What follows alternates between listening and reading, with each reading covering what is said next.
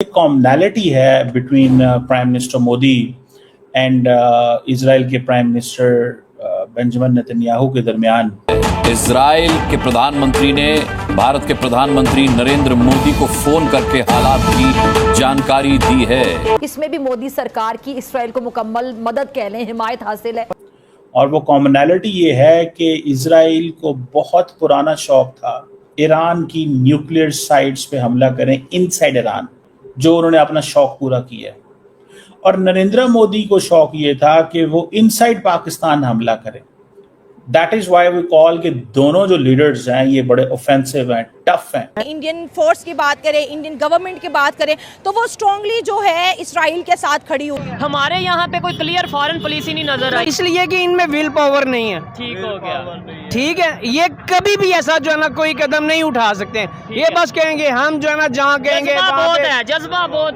कि ये जो अप्रोच इस वक्त अडॉप्ट की है मोदी साहब ने और नेतन्याहू ने कि हमें अपनी जिंदगी में they want to leave a legacy, और वो कुछ ऐसी तारीख छोड़ के जाना चाहते हैं और जिसमें वो बताना चाहते हैं कि देखें जनाब हम तो ये कर सकते हैं, हम तो वो। अच्छा, वैसे जो इसराइल और भारत में 1960 की दहाई में फौजी ताउन शुरू हो गया। पूरी दुनिया ये बात जानती है कि भाई इंडिया और इसराइल दोस्त है, आपस में उनकी बड़ी जबरदस्त कम्युनिकेशन है। और ये इसीलिए पाकिस्तान के अंदर अक्सर ये कहा जाता है कि ये जो दोनों हैं भारत और इजराइल, इनके दरमियान ये है कि they want to do something different.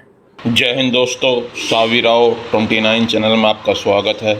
तो इजराइल के पीएम नेतन्याहू ने मोदी जी को फ़ोन करके हालात की जानकारी दी और मोदी जी ने ट्वीट करके ही बताया कि मेरे पास नेतन्याहू का फ़ोन आया था। तो पाकिस्तान कह रहा है कि भारत और इजराइल में दोनों में एक सिमिलरिटी है, वो कुछ लेगेसी छोड़ना चाहते हैं।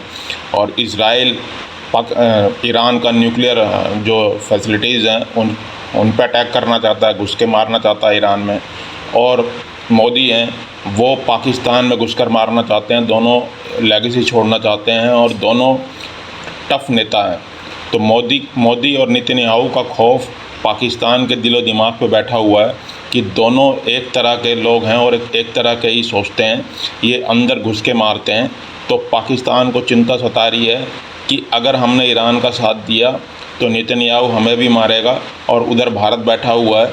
चलो वीडियो को स्टार्ट करते हैं। धन्यवाद। कॉमनैलिटी है between prime minister Modi and Israel के प्राइम मिनिस्टर बेंजामिन नेतन्याहू के दरमियान। और वो कॉमनैलिटी ये है कि इजराइल को बहुत पुराना शौक था, बहुत पुराना, कि वो किसी तरीके ईरान की न्यूक्लियर साइट्स पे हमला करें इनसाइड ईरान। ये उनको पुराना शौक था, जो उन्होंने अपना शौक पूरा किया। और नरेंद्र मोदी को शौक ये था कि वो इनसाइड पाकिस्तान हमला करें। ये दो शौक थे। That is why we call कि दोनों जो लीडर्स हैं ये बड़े ऑफेंसिव हैं, टफ हैं। लेकिन सवाल ये पैदा होता है कि ये जो अप्रोच है that is very important, significant approach. कोई इसको इग्नोर नहीं कर सकता। इस अप्रोच को कोई इग्नोर नहीं कर सकता कि नरेंद्र मोदी का ये ख्वाब था कि पाकिस्तान के 8 शहरों पे हमने हमला कर दिया, पाकिस्तान के 9 शहरों पे हमने हमला कर दिया, हमने पाकिस्तान की फलां जगह पे हमला कर दिया। ये हमने जो है वो पाकिस्तान को अंदर से बहुत कमज़ोर करके रख दिया। मिसाल के तौर पे जी पाकिस्तान की हमने उस पे जो है जो एयरपोर्ट्स हैं उन पे हमला कर दिया जी। पाकिस्तान की हमने नूर खान एयरबेस पे हमला कर दिया। अब बात समझ रहे हैं? So that was basically the mindset. ये माइंडसेट था प्राइम मिनिस्टर जो मोदी हैं। और आप देखें ये माइंडसेट जो है वो बेंजामिन नेतन्याहू का भी है। और ये इसीलिए पाकिस्तान के अंदर अक्सर ये कहा जाता है कि ये जो दोनों हैं भारत और पाकिस्तान, इनके दरमियान ये है कि they want to do something different. That is something जो मैं इसको स्टडी किया तो ये नेतन्याहू का बड़ा पुराना ख्वाब था कि मुझे मौका मिले और मैं जाके जनाब ईरान के न्यूक्लियर प्रोग्राम पे हमला करूं, मैं ईरान की जो न्यूक्लियर फैसिलिटीज़ हैं उनको उड़ा दूं। ये उनकी जो ड्रीम था नेतन्याहू का, ये वो ड्रीम पूरा हो गया। اور انہوں نے اس ڈریم کو اسٹڈی کیا, اس ڈریم کو دیکھا, اور انہوں نے چاہا کہ یہ جو ڈریم ہے اس کو میں جیسے تیسے پورا ضرور کروں گا. یہی وجہ ہے کہ ہم نے دیکھا کہ یہ ایک چیز جو ہے وہ ممکن ہوئی ہے کہ یہ جو اپروچ اس وقت اڈاپٹ کی ہے مودی صاحب نے اور نیتن یاہو نے کہ ہمیں اپنی زندگی میں they want to leave a legacy, they want to do something for اپنے وہ کچھ لوگوں کے لیے کچھ کرنا چاہتے ہیں, اور وہ کچھ ایسی تاریخ چھوڑ کے جانا چاہتے ہیں اور جس میں وہ بتانا چاہتے ہیں کہ دیکھیں جناب ہم تو یہ کر سکتے ہیں, ہم تو وہ کر سکتے ہیں, ہمارے پاس تو یہ ہے, ہمارے پاس تو وہ. That's what I understand. مجھے یہ چیز نظر آتی ہے, مجھے یہ چیز بالکل نظر آتی ہے کہ یہ چیز جو ہے وہ ممکن ہے. ٹھیک ہے جی.